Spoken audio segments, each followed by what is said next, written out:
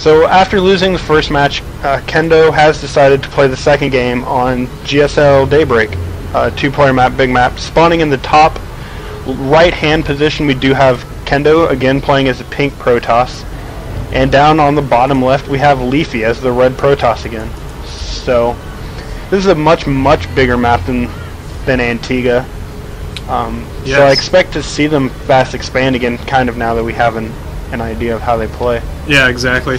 And unlike a lot of the other big maps in the map pool, like Tal'Darim, this still does give you that high ground, like ramp sort of advantage position when you're defending, even at your natural. But you will note this natural is a lot harder to defend. There's a couple entrances into it, and so they really could do a 4-gate aggressive style if they wanted to. And we are seeing Leafy move out with a pretty early scout. Yeah, he does have his pylon down in his base, so he could possibly just be scouting very early. It's still too early for both of them to have their gateways down. We'll just keep an eye out, see if there's a forge, because that was a very, very early scout. Yeah, it seems pretty early. It almost smacked of a cannon rush, but we'll see what goes down right now. It is a gateway, so no kind of cannon cheese coming out of Leafy here in Game 2.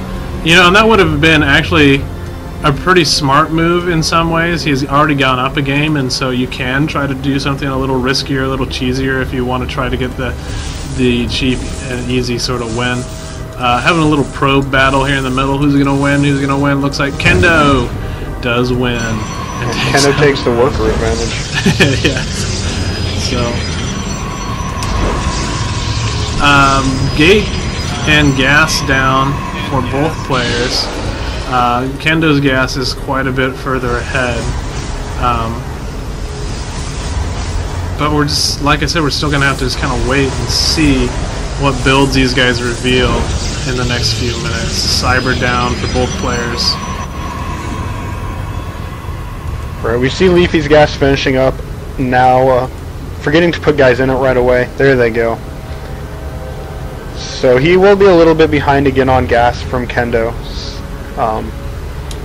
But yeah, still too close to say anything of difference. While we're waiting a little bit, I don't know if these are going to get split up on YouTube, but if they do, ooh, a second gas going down for Leafy. Yeah.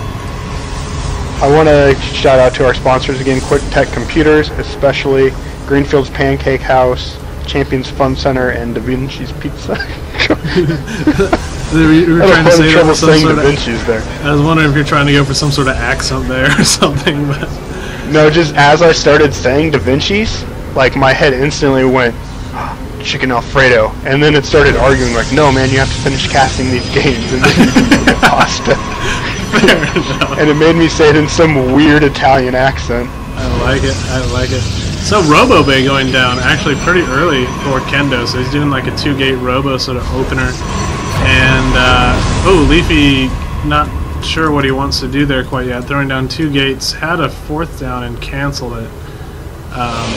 Yeah, I think he wanted to do the 4-gate, or he was playing mind games. He knows Kendo saw all 4 of those gateways go down. So as far as Kendo knows right now, a 4-gate is coming in his way.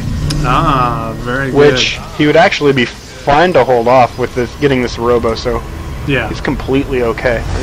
Does he have charge? No. No, that was a stupid question. if you look at the, if you click a Zealot and look at the leg speed charge icon, it's already set to auto cast, so it made me just wonder. Oh, I gotcha. Oh, and a good surround, Leafy walking into the ramp, and takes a lot of damage on that Stalker. Is going to get away though with 24 hit points left.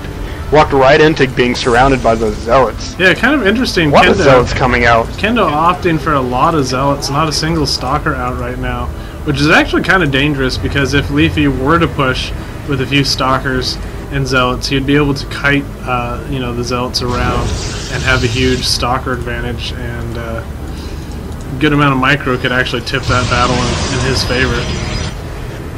Right, I think Kendo is saving his gas though to get that first Immortal out to be able to deal with Stalkers. Yeah, and that's a good decision. Now that Now we Immortals, see Stalkers start coming out. yeah, now that Immortals have that range upgrade, they're actually impossible to micro against with your Stalkers. Right. And so they become very. And that's good not in like defense. that's not a joke of us making fun of how powerful the Immortals got. They're legitimately unable to be kited now. 6 range and 6 range. So. Yep. And doing 50 damage a shot for the Stalkers. Yeah, that's pretty brutal. That's plenty of damage. So we're seeing the expansion down for Leafy. He has thrown down a robo of his own and an extra gateway, so he'll be up to 4 now. Poking in here again. Oh, that Stalker gets picked off on the retreat. Kind of a misstep there. Yeah, and it looks like Kendo's just going to go ahead and push across with these Zealots. What he has, he's going to pick off this forward pylon first. He's got a pretty good size army, and the quicker expansion again for Leafy. Get it? Were you like attacking a fly? No, never mind. It's all good. I'll tell you later. Oh. So yeah, we do see Kendo moving out. He does have the 2 Immortals in tow, and if he decides to push here pretty soon, he actually could just smash right through the front of Leafy.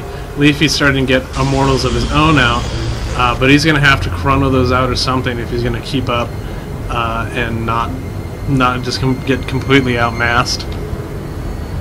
Right, we see him going for that Robo Bay again, so wanting to get Colossus. But Kendo has to have an idea, because he saw those 4 warp gates go down, and then he never got 4 gated. So he's kind of, I would imagine he's a little bit curious of what is going on up in that base, whether there's a lot of units,